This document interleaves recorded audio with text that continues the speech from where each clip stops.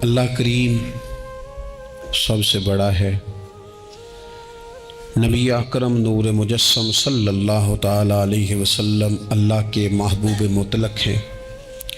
ہم اللہ کے بندے ہیں اور رسول کائنات کے غلام ہیں صلی اللہ علیہ وسلم۔ ہمارا ایک بہت بڑا تعارف ہے، عباد الرحمن کہا ہے اللہ تعالیٰ نے اپنے بندوں کو۔ ہمیں کہا ہے کہ تم بہترین امت ہو۔ اللہ کریم نے اعزازات سے نوازا ہے۔ جن لوگوں کے پاس اتنی بڑی نسبتیں ہوں، اتنے بڑے حوالے ہوں، اتنی بڑی طاقتیں ہوں،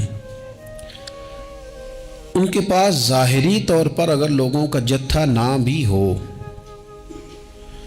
اور ظاہری طور پر اگر مال و اسباب وقتی طور پر نہ بھی ہوں، اقتدار، عہدہ اور بڑے لمبے چوڑے نعرے ان کے پیچھے نہ بھی لگ رہے ہوں، تو یہ بہت بڑا تعارف نہیں کہ اللہ کے بندے ہیں اور رسول کریم کے غلام ہیں؟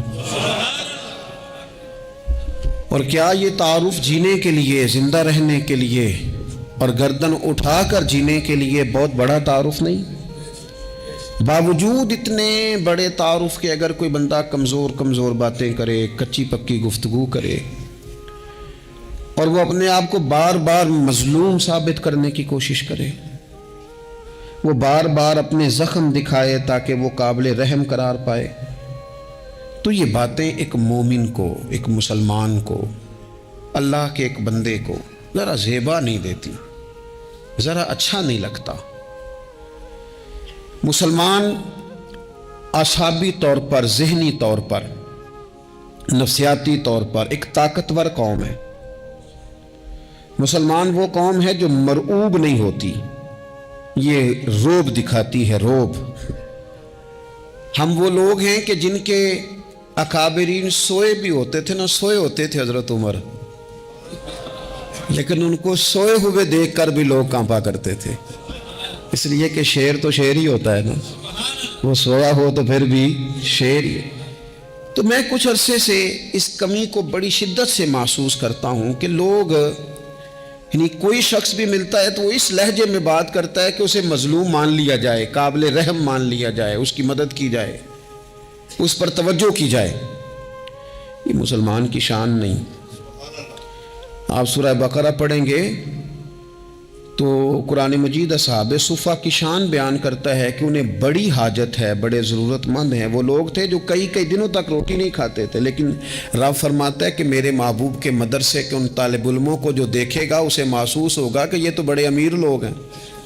کیوں محسوس ہوگا؟ لا یسألون الناس الحافا، یہ لوگوں سے لپٹ کر سوال نہیں کرتے، کشکول طلب نہیں دراز کرتے، یہ اپنے پردے کو قائم رکھتے ہیں۔ خودداری، عزت نفس، وقار، خودی، ہمارے ہاں تیزی سے ان چیزوں کا آج جو ہے وہ یوں محسوس ہوتا ہے جیسے قحط ہو گیا ہے۔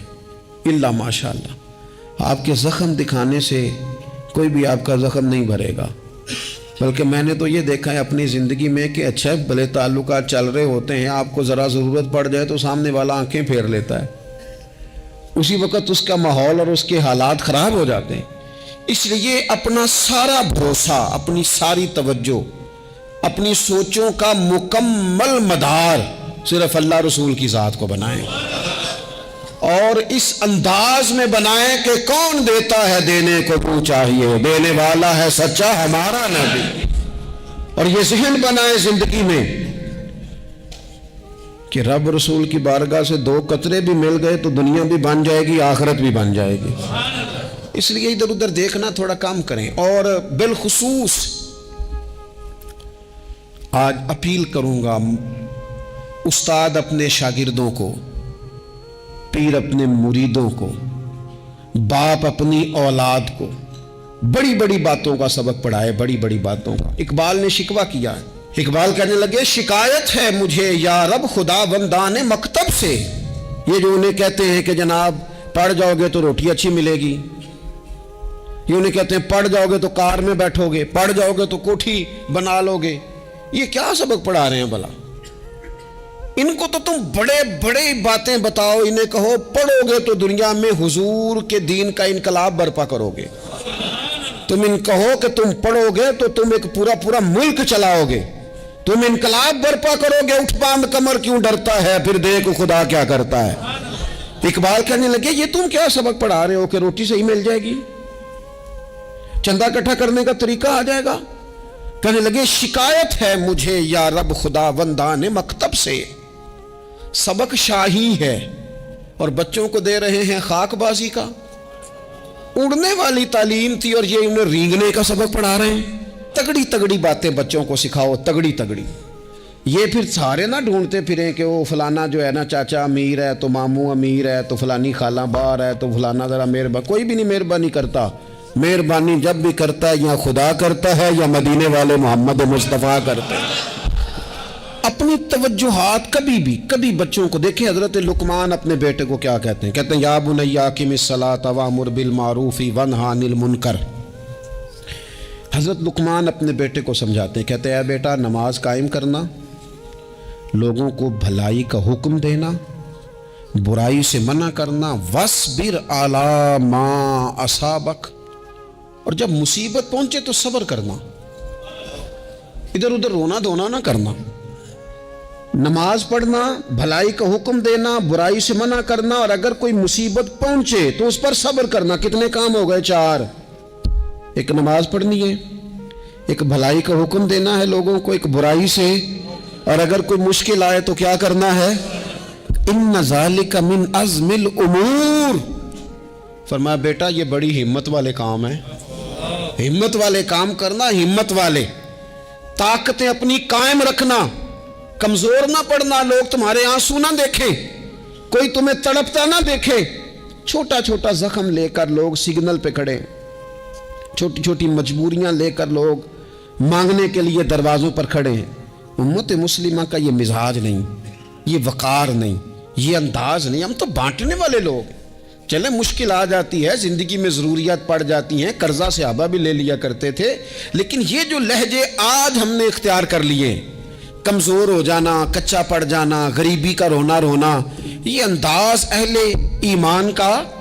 بچوں کو طاقتور ہونا چاہیے۔ میرے نبی کریم صلی اللہ تعالی علیہ وآلہ وسلم نے نا ارشاد فرمایا، ایسا نہیں ہے کہ کوئی بندہ کمزور ہے تو وہ ناپسندیدہ ہے، یہ نہیں فرمایا کہ جو بزدل ہے تو وہ بڑا کوئی کٹا ہوا آدمی ہے، لیکن حضور فرماتے ہیں، صحیح مسلم میں حدیث موجود ہے، حضور فرمانے لگے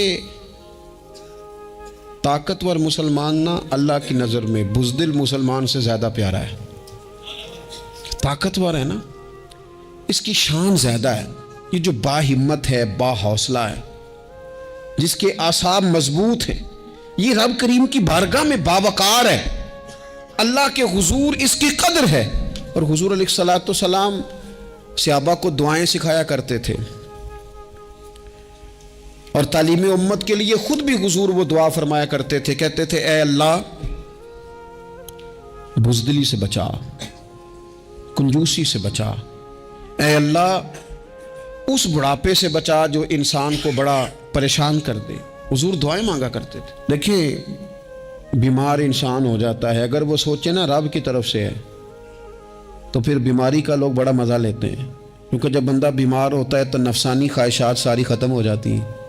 اور میں اکثر دوستوں سے کہتا ہوں کہ بعض چیزیں ایسی ہیں جو وجد میں لے آتی ہیں بندے کو، اگر وہ غور کرے تو۔ آپ یہ حدیث پاک سنیں، حضور علیہ السلام نے فرمایا بیمار کے ساتھ ضد نہ کرو کہ ضرور کھا، ضد نہ کرو، اس لیے کہ اللہ اسے کھلا بھی دیتا ہے، پلا بھی دیتا ہے۔ اب جب کسی کو پتہ چلے کہ میں بیمار ہوں تو رب مجھے کھلا پلا رہا ہے تو مجھے بتائیے بیماری کتنی پیاری لگے گی، بیماری میں کتنا سرور آئے گا۔ پھر تو انسان ہمیشہ چاہے گا کہ مجھے وہ چیزیں ملیں جو مجھے اللہ تبارک و تعالیٰ کی بارگاہ کے قریب کر دیں۔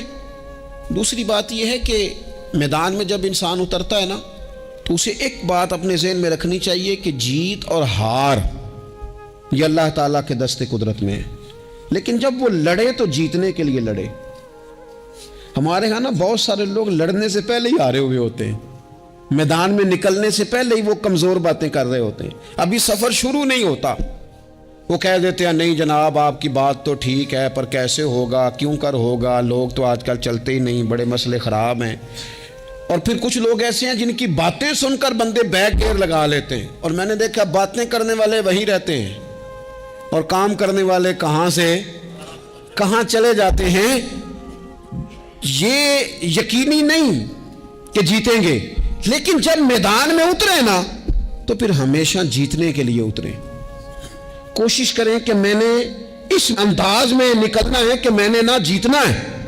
حضرت مولا علی شیر خدا کرم اللہ تعالی وجہ الکریم سے کسی بندے نے پوچھا حضور آپ ہر میدان میں کامیاب کیوں رہتے ہیں؟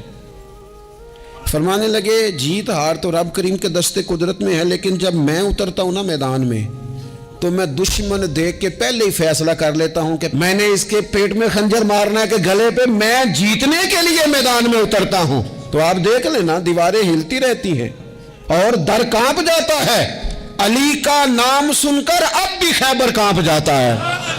کیوں کہ کہتے ہیں میں ذہن بنا لیتا ہوں کہ میں اسے کاٹ کے لاؤں گا، میں ڈرتا اور سہمتا ہوا میدان میں نہیں اترتا۔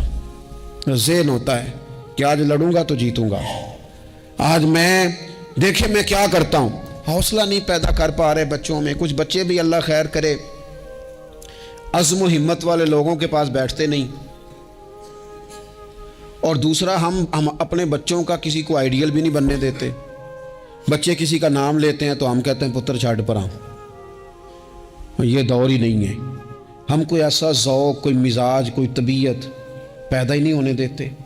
کچھ آنے والی نسل کا مزاج ہے کہ وہ اٹھنا نہیں چاہتی، بیٹھنا نہیں چاہتی، چلنا نہیں چاہتی، وہ چاہتی ہے میں لیٹی رہوں، موبائل میرے ہاتھ میں رہے، باقی سارے کام ریموٹ کنٹرول ہو۔ جب انسان دیکھیں نا، ایک ڈاکٹر صاحب کے پاس ایک دفعہ میں گیا تو ایک مریض کو وہ سمجھا رہے تھے، اسے کہہ رہے تھے کہ تو تھوڑی ورزش بھی کیا کر، تھوڑی ورزش بھی کیا کر، اور ساتھ انہوں نے بڑی اچھی بات کی، کہنے لگے اللہ تعالیٰ نے نا جسم میں جوڑ بنائے ہیں، یہ گھٹنے ہیں، یہ کونیاں ہیں، اللہ نے جوڑ بنائے ہیں، اسی لیے تو بنائے تھے کہ تھوڑی ان کو حرکت بھی دی جائے، لیکن اگر آپ ان جوڑوں کو حرکت ہی نہیں دیں گے تو یہ تو زانگا لود ہو جائیں گے۔ تو کام زندگی میں عزم کے ساتھ، ہمت کے ساتھ، اور سب سے بڑی مضبوطی یہ ہے کہ آپ یہاں سے مضبوط ہوں، آپ اعصابی طور پر مضبوط ہوں۔ یہ جو کمزوری ہے نا، ذہنی کمزوری، میں نہیں پسند کرتا کہ مطلب خواتین بچوں کو اس لیے ڈرائیں کہ بیٹا او ہو بلی آ گئی ہے۔ وہ بلی کیا ہوتی ہے جی؟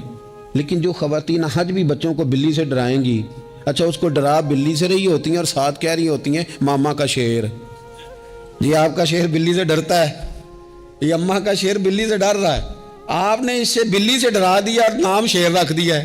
یہ کیسا شیر ہے کہ جو بلی آتی ہے تو بھاگ جاتا ہے؟ یہ ماحول مطلب متضاد ہے۔ یہ کاکروچ دیکھ کر چیخیں مارنا نا، یہ برگر فیملی ہونے کی علامت ہے۔ چھپکلی دیکھ کر نا چیخیں مارنا، یہ امیر گھروں کی علامت ہے، پڑھے لکھے لوگوں کی علامت۔ یہ کیا مذاق ہے؟ جو قوم چھپکلی سے ڈرتی ہے، کاکروچ سے ڈرتی ہے، اور جو لوگ کہتے ہیں ہو یہ جناب یہ تو اندر میرے وہ آ گیا ٹوکا تو یہ کھا جائے گا، تو یہ قوم انقلاب برپا کرے گی، یہ میدانوں میں نکلے گی۔ بڑے خوبصورت انداز میں ویڈیو بنا کے تو اس کو شیئر کیا جاتا ہے کہ وہ جی قربانی والے دن بکرا ذبح ہو رہا تھا تو بچہ رو پڑا۔ کیا بات کرتے ہیں آپ؟ یہ جہاد کرے گا بچہ کل کو جو بکرے ذبح ہونے پہ روتا ہے؟ اعصابی مضبوطی ذہنی طور پر مضبوط کب ہوتی ہے؟ جب انسان اخلاقاً مضبوط ہوتا ہے، اس کی طبیعت وزادار ہوتی ہے، اس کا مزاج اسے مضبوط کرتا ہے۔ آپ ایک حدیث دیکھیں، ترمذی میں موجود ہے، حضور علیہ الصلوۃ والسلام نے فرمایا جب اللہ تعالیٰ نے زمین کو پیدا کیا تو زمین ہلنے لگی، تو اللہ نے پہاڑوں کو میخیں بنا کر، قلعے بنا کر زمین میں لگا دیا تو زمین ٹھہر گئی۔ فرشتے فوراً عرض گزار ہوئے کہ مالک تیری سب سے طاقتور مخلوق یہ پہاڑ ہے؟ فرمایا نہیں، لوہا جو ہے نا وہ پہاڑوں سے بھی طاقتور ہے، کیونکہ لوہا پہاڑ کو کاٹ دیتا ہے۔ یا اللہ پھر لوہا سب سے طاقتور ہے؟ فرمایا نہیں، آگ اس سے بھی طاقتور ہے۔ کیا آگ سب سے طاقتور ہے؟ تو فرمایا نہیں، پانی بھی ہے۔ کیا پانی طاقتور ہے؟ فرمایا ہوا بھی ہے، جو پانی کا رخ پھیر دیتی ہے۔ مسلمانوں خدا را اس سے بڑا ذوق نہیں ملے گا۔ میں طاقتور ہونے کا طریقہ بتا رہا ہوں، ہمارے ہاں لوگ سمجھتے ہیں کہ میں بولتا زیادہ ہوں اس لیے میں طاقتور ہوں، میرے پاس اسلحہ زیادہ اس لیے میں یہ دیکھو حضور نے بتایا طاقتور کون ہوتا ہے۔ یا رسول اللہ پتھر پہاڑ طاقتور ہیں؟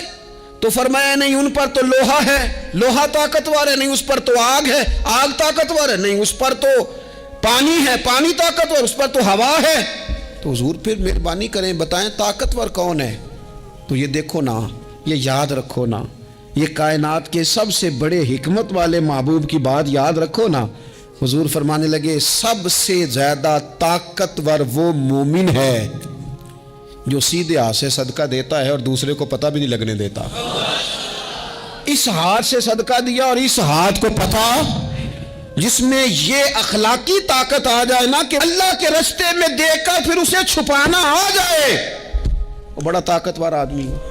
وہ میں یہ سب سے بڑا طاقتور ہے جس نے اپنے رب سے راز نیاز شروع کر لیے، اللہ کے رستے میں دیتا ہے پھر کسی کو خبر۔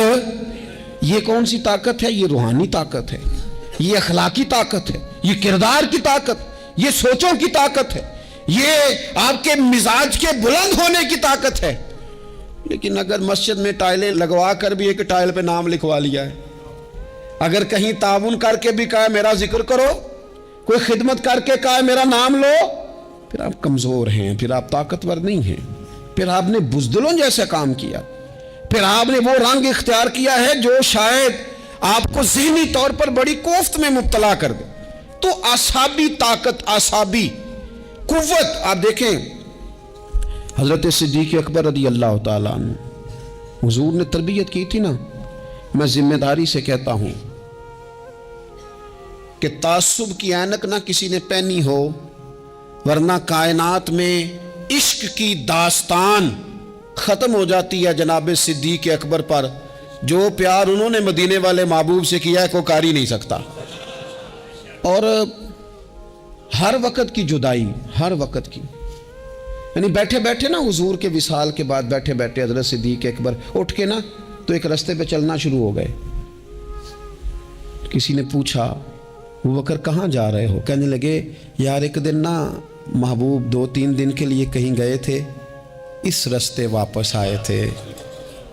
جنہاں دے دل بر جانی وچھڑن کون روے پھر تھوڑا، اے سب روگاں دا روگ محمد جس دا نام وچھوڑا۔ پریشان ہوں تو دل کر رہا ہے پتہ نہیں یہاں سے آ نہ جائیں۔ اتنا زیادہ محبوب کی غلامی اور نبی پاک کی محبت کا ذوق، لیکن اعصابی طور پر مضبوط کتنے تھے؟ حضور کے وصال کے بعد جس بندے نے اپنے پروں کے نیچے پوری امت کو سنبھال لیا ہے نا، اس کا نام بھی ابو بکر صدیق ہی ہے۔ ایسے ایسے سنبھال لیا، سب سنبھال، دکھ سب سے زیادہ لیکن سنبھالا۔ کوئی زکوٰۃ کا منکر پیدا ہو رہا ہے، کوئی ختم نبوت پہ حملہ کر رہا ہے، کوئی کچھ ہو رہا ہے، کوئی کچھ ہو رہا ہے۔ ابو بکر صدیق نے فرمایا سارے لشکر روانہ کرو، جہاں جہاں حضور نے فرمایا تھا جہاد کرو۔ فرمایا جو ایک رسی بھی زکوٰۃ کی نہیں دے گا وصول کریں گے۔ لوگوں نے کہا حضور حالات بڑے اور طرح کے ہیں، کیسے کام چلے گا؟ حضرت عمر جیسے دلیر بندے بھی کہنے لگے جناب یہ نظام کیسے چلے گا؟ تو ابو بکر صدیق فرمانے لگے عمر تجھے تیری ماں روئے، تم بڑے مضبوط مزاج کا تھا، یہ مجھے کیا پیغام دے رہا ہے؟ فرمایا عمر یاد رکھ اگر میں مدینہ منورہ میں اکیلا بھی رہ گیا اور جنگل کے درندے میرا آ کے گوشت بھی نوچ کے لے گئے تو پھر بھی میں ان اصولوں پر کھڑا رہوں گا جن اصولوں پر مدینے والے رسول نے مجھے کھڑا کیا ہے۔ ذرا گنجائش نہیں۔ ہم یہاں سے مضبوط لوگ ہیں، یہاں سے ذہنی بلندی، ذہنی پختگی، یہ حسن ہے زندگی کا۔ یہ کیا بات ہوئی؟ پرسوں فیصلہ کوئی اور تھا، سویرے پروگرام کوئی اور بن گیا۔ کل فلانے کا مرید تھا، آج مجھے فیض نہیں ملا، ادھر جا رہا ہوں۔